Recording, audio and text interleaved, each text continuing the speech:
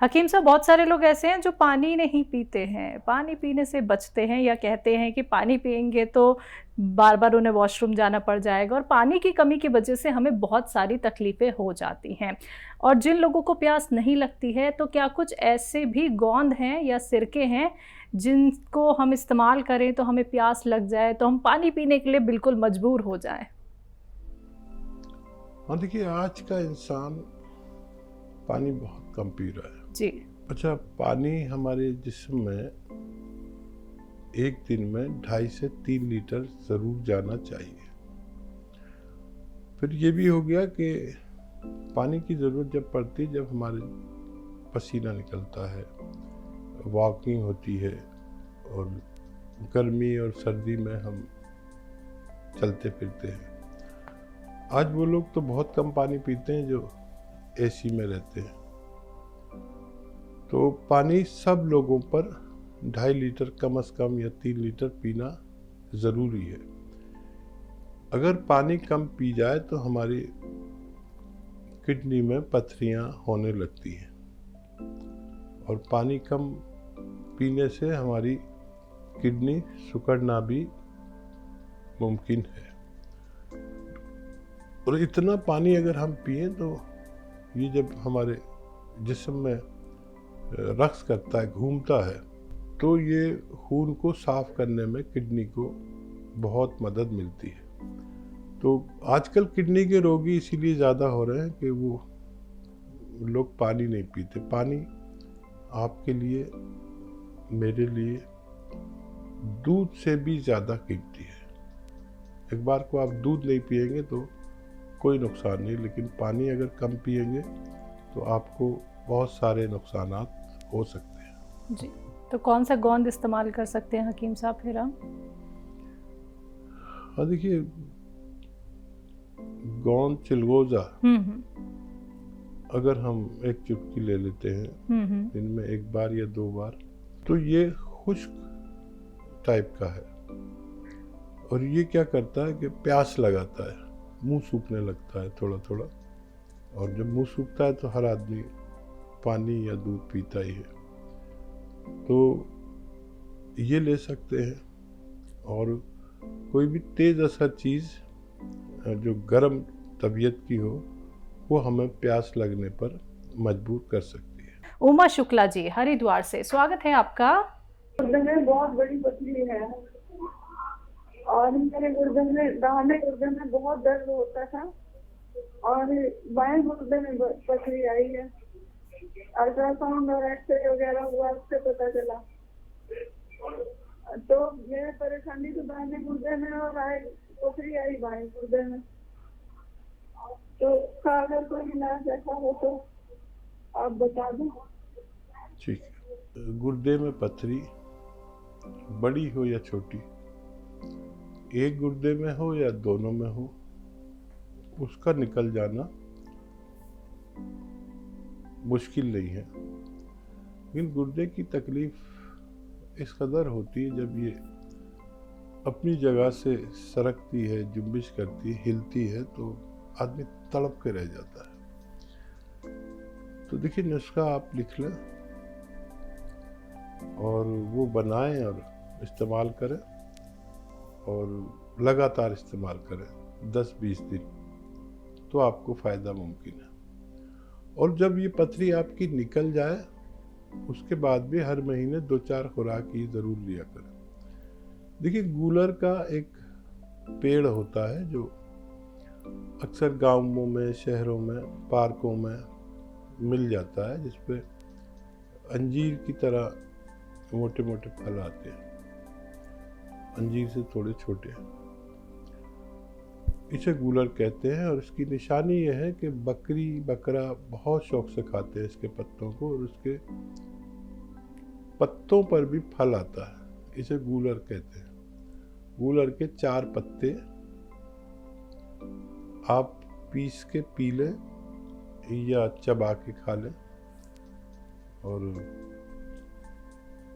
ये 2 गिलास पानी लें।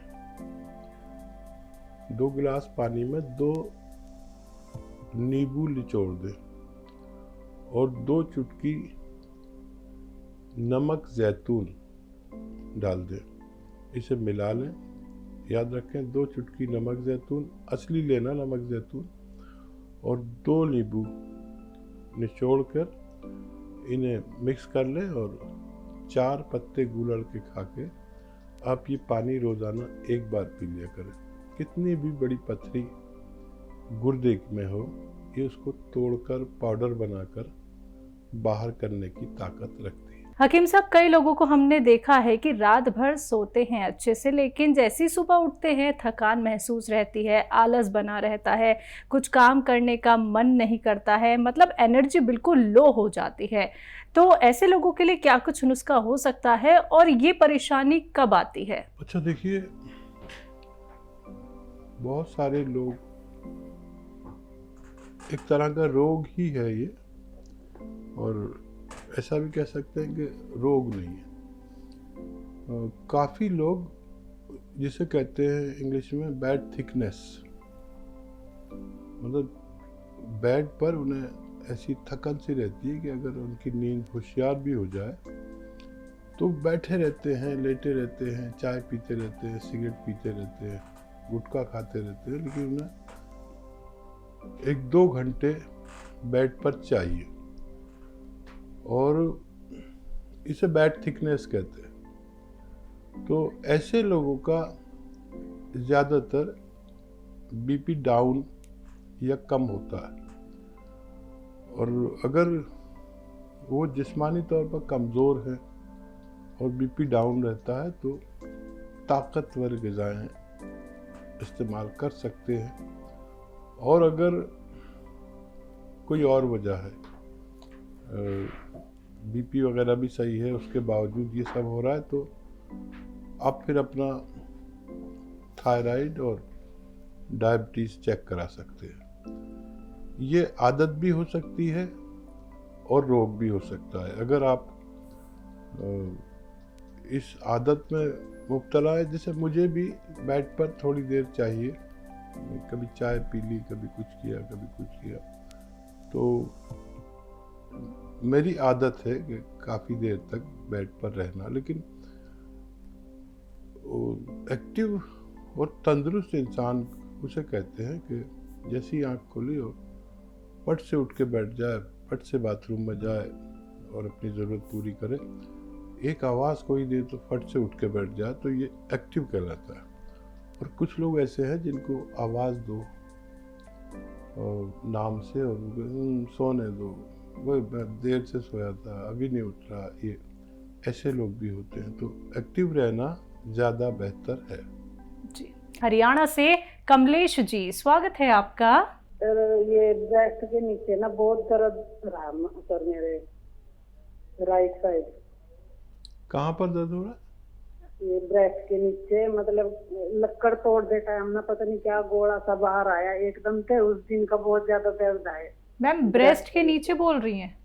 हाँ जी, हाँ जी। ठीक है, चेस्ट के नीचे है हकीम साहब।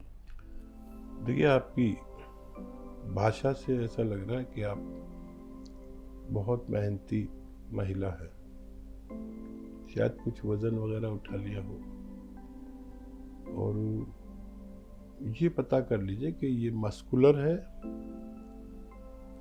यानी रगपट्टों का दर्द है, और या गैस वगैरह का है। गैस का अगर प्रॉब्लम है तो एसिडिटी की कोई भी दवा लेके 2-4 बार खाएंगे तो आप अच्छे हो सकते हैं। और अगर ये ऐसी पीड़ा है जो आप महसूस कर सकती हैं कि ये मस्कुलर है, तो फिर आपको गोंद स्याह लेना होगा असली। आधा ग्राम गोंद स्याह नाश्ते के बाद पानी या दूध से खा लें, और आधा ग्राम रात को शाम को खाने के बाद खा लें, पानी या दूध से। और कुछ दिन तक मेहनत ना करें, वज़न ना उठाएं और झाड़ू पोछा बिल्कुल ना करें। ये आप लेंगे तो आपको फ़ायदा होना